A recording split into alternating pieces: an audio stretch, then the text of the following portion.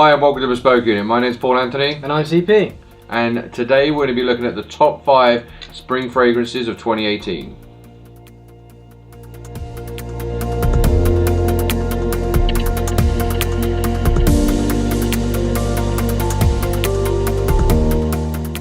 So Charles-Philippe, I know this is definitely your domain as you wrote the top 5 spring fragrance page on bespokeuNit.com.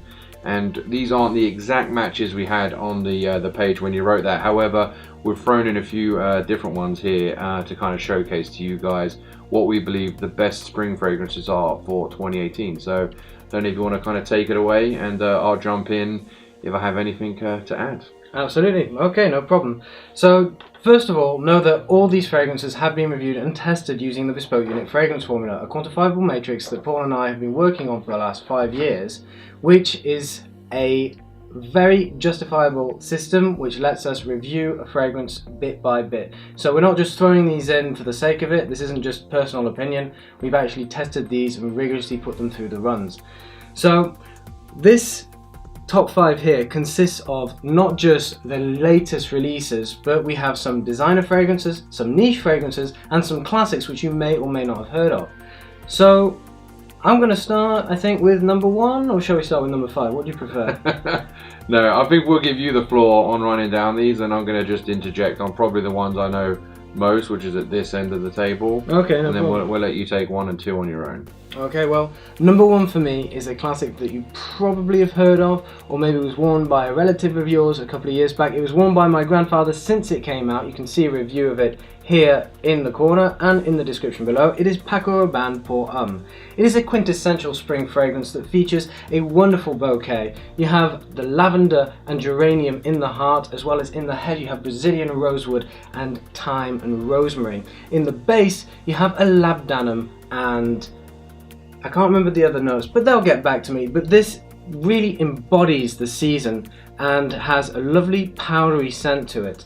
It's very intoxicating, very masculine, and is an all-round classic. So what kind of age group stroke scenario would you recommend this spring fragrance for? We've obviously got the season down. That's a good question. I'd say it's a more mature fragrance. It has kind of a deep, bitter zest to it in the head, and then as you get to the base, it gets quite dry and musky. This isn't something to be worn by a younger gentleman. This is something that is more for the mature man, such as Paul or myself. So mid-30s onwards, this would be an excellent match. You could wear this at the office, you can wear this on a date, casually or even formally, but its best use, I would say, is the office.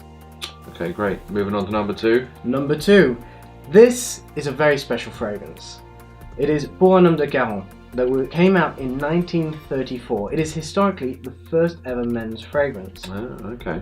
Now I think you were telling me a story about this, that the founder kind of fell in love with his assistant and he kind of married the two accords together. So. Exactly. Yeah. So the founder, the nose behind this fragrance, as Paul said, fell in love with his assistant. Her favourite note was vanilla. His favourite note was lavender. So he brought them together to create this very simple yet effective accord. In the base you have a little bit of amber, which creates some substance, and you have some aromatics as well through the dry down. This gives it a very light and unusual fragrance, especially for a men's cologne these days. I mean, on me, I was getting definitely far more lavender than vanilla, and I know it reacts differently on Charles' skin, so it's probably one of those that you may want to try out before committing to a full bottle potentially. So again, asking the same question, like what age range and situation do you think this is good for? Well, I think it's a bit of a wild card in that it's so different compared to other fragrances that are released today or released in the last 50 years that it could probably be worn by just about anyone if they have the right aura to carry it off. Sure. But if I had to center it around a particular age range, I'd say 30 to 39. Okay, sure. Moving on to number 3. A lot of people will be familiar with this. Yeah, I think everyone's going to know Bleu de Chanel. This is the Eau de Parfum version that came out in 2014. The original came in 2010. It's a bit of a classic. It's a designer monster and features a complex bouquet of notes such as labdanum patchouli, which is quite earthy, quite musky, and then you also have pepper and mint for a very aromatic side. And which kind of brings it to more a spring fragrance, because I know a lot of guys who wear this year round, for example. So you know, can you maybe touch upon, you know, you said earthy, kind of a little bit musky, like what makes it that kind of spring entrance? The spring entrance would probably be from these aromatics such as the mint and pepper, which makes it very similar to the next entry, Sauvage, that we'll talk about in a second. This really draws out this kind of freshness, sharpness, crisp top notes before descending through a musky dry down, which has a deeper finish but still retains that spring essence. Nevertheless, Bleu de Chanel is one of those fragrances that you could probably wear all year round without any issues whatsoever. Sure, and asking the same question again, like what's the kind of age range? I think the age range, in my opinion, is probably a little bit wider than the first two fragrances. Oh yeah, without a doubt. And kind of situation again. I'd say this one is something that could be worn by someone from their 20s onwards. Really, it is a very all-encompassing fragrance. As for usage, this would be great pretty much through for anything, because it's quite a prestigious fragrance. Probably best to reserve it for more special occasions, but you could probably wear it at the office as well as formal events. I think this is the second most expensive fragrance out of the bunch. So this is like most expensive with Creed, second most, third most, what, fourth and fifth would be in the price bracket order. So with that, moving on to the number 4 fragrance we have here, Johnny Depp's favourite, Dior Sauvage. It could be the one that paid Johnny Depp the most. It could be that as well. It could be. Maybe he actually likes it. So Dior Sauvage is a recent, I would say, a homage to the original Dior fragrance, which was Un Sauvage, that came out in the 60s. However, don't be fooled, this is a completely different fragrance. Both the Un Sauvage continues to exist and is still produced today, but this is something very different. Sauvage, on its own, is a very mint and peppery fragrance with a similar musky dry down to this, with some floral notes on the way. However, it is a much lighter alternative to Bleu de Chanel. Yeah, I mean, I think it's a little bit weak, to be honest. You know, on my skin, I don't really get much projection, massage, much longevity. I mean, I don't mind the smell of it, but I think like I'd pick these two for sure over this one. You know, so that'd be my comment. But again, asking the same question: what sort of age range? It's less offensive, so it might appeal to a few more guys that maybe don't want to punch out there a little bit more. Exactly. But we're talking age range and situation. What would you think, Charles? Well, because of the more moderate masculinity, it has a more contemporary construction to it, which makes it ideal for younger men from the late teens all the way throughout their 20s. Men in their 30s and 40s, like Paul and myself. Let's just remind 30s. Yeah, early 30s. But as Paul's comments actually reflect quite nicely the third-party feedback we had from people above their 30s, in that they found it very light, very inoffensive, yet not very much of a statement. It's quite a mild, moderate, and safe choice. However, it is very popular for men and women in their 30s. These demographics really enjoy this fragrance, and is why it is becoming a victim of its own success. These days, people are finding it less enjoyable because it is so overworn. So maybe if you want to wear something a little different, consider one of the options here, or maybe the next entry, which is Creed Aventus. Yeah, so those of you who may be more into the fragrance community like Charles and I, this is like just an obvious choice. But you know, this is definitely a boutique fragrance. This is, you know, this isn't really accessible. You're not going to get this at your local department store, due mainly to its price point. So if you're not aware, Creed is a kind of one of these boutique houses that produces these high-end fragrance, and this was, I believe, a 2010 release? It was a 2010 release, and it's just been an absolute monster.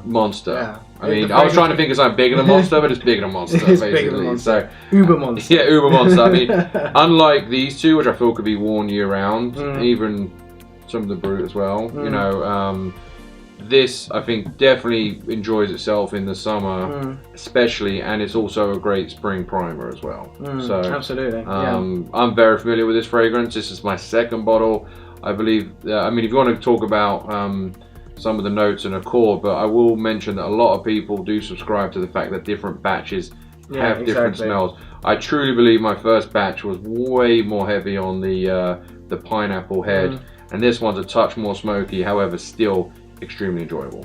I confess that I don't know much about the notes that are in Creed Aventus. I can do a quick check here, but as Paul said, one of the chief, you don't mind me spraying some of this, it's quite a costly fragrance, so I don't, this is $5 just now.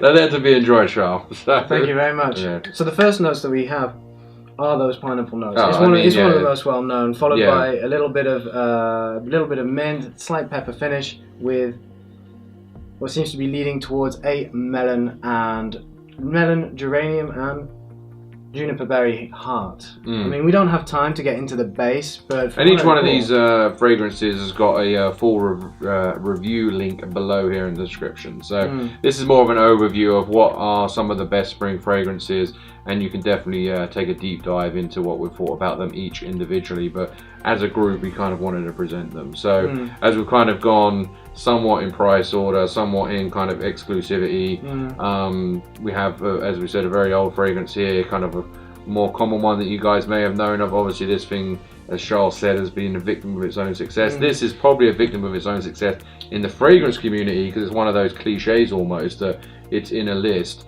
Some people don't like it because it's unapproachable, because it's too expensive, and they think that you're wearing it just because you're trying to prove a point, that you have the money to afford it. Be very careful overspraying this. I've been a victim of that once or twice, and you smell like a pineapple truck rolling through the office or something. I mean, just so we don't miss all the bases, age range and scenario for this one. Well, it's a very wide range in terms of age. I've seen known men wear it from their early 20s up until their 30s. I'd say, you know, somewhere in between. Early 30s, late 20s would be the ideal time to wear this fragrance. Remember that it's quite contemporary despite being a historical house, so we have a very youthful blend, which may not be appropriate for older, more established gentlemen that want something more refined. Nevertheless, it is a very complex bouquet. For example, this batch, I'm getting cucumber notes that I didn't get in the previous batch that belonged to Paul. So it's quite interesting to see that difference in these fluctuations that you have in the blends. Yeah, which kind of keeps it interesting. It does, actually. So yeah, okay, with that being said, this is our top 5 that Charles and I have developed, mainly Charles, so kudos to him for pulling this all together. Team effort. Team effort. If you have any other suggestions or totally disagree with this list, as always, please have any comments or questions remarked below in the comment section. Also, like this video if you liked it, and Charles going to send it off. Smash that subscribe button. I'm Paul Anthony. I'm CP. See you later. Take care.